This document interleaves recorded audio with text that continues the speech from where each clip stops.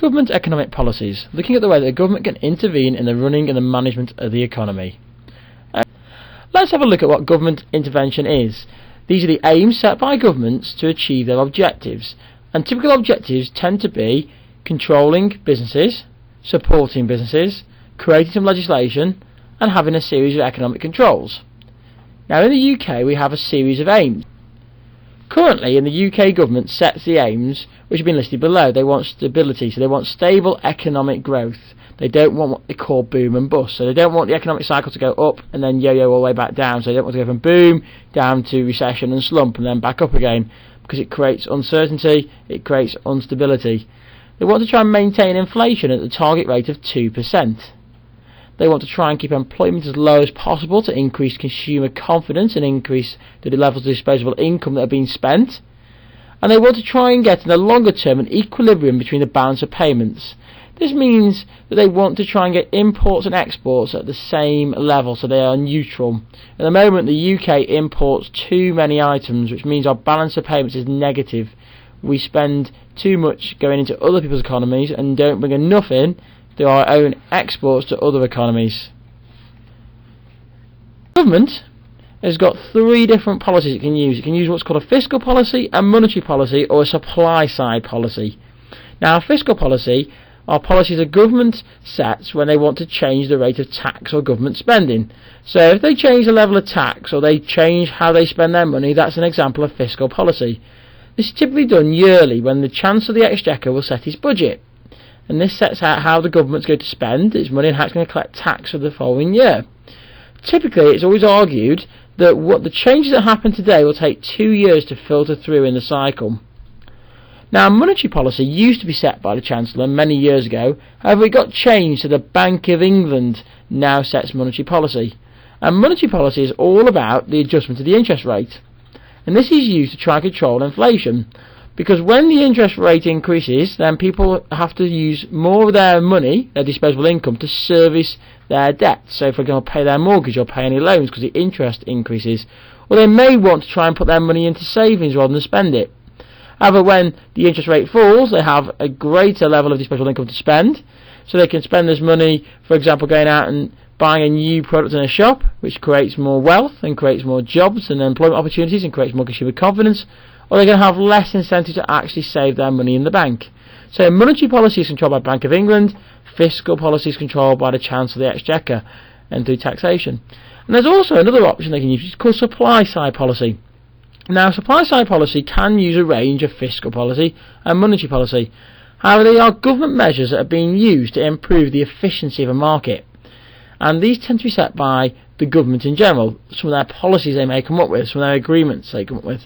So we'll try and look at some of these in more detail in a minute, but examples could be, for quite simply, allowing more economic migrants to enter the UK, or maybe reducing the level of red tape and legislation for business organisations to make it easier to set up.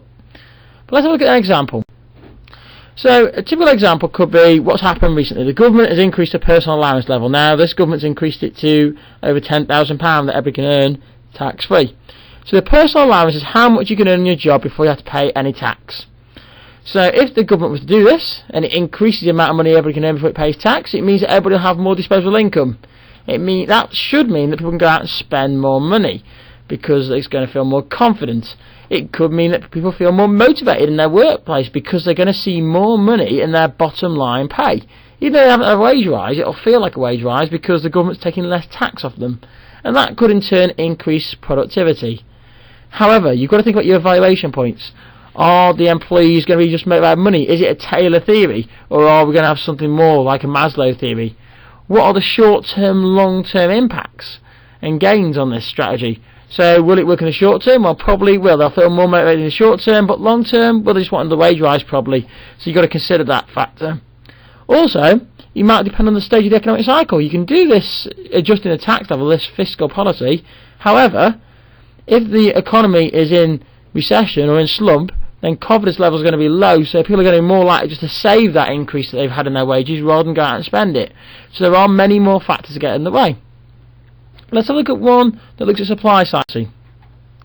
So supply side policy, let's say we allow more migration to the UK. So something's happened with the European Union. An example of this could be that you then get increased level of skilled employees that come to the UK.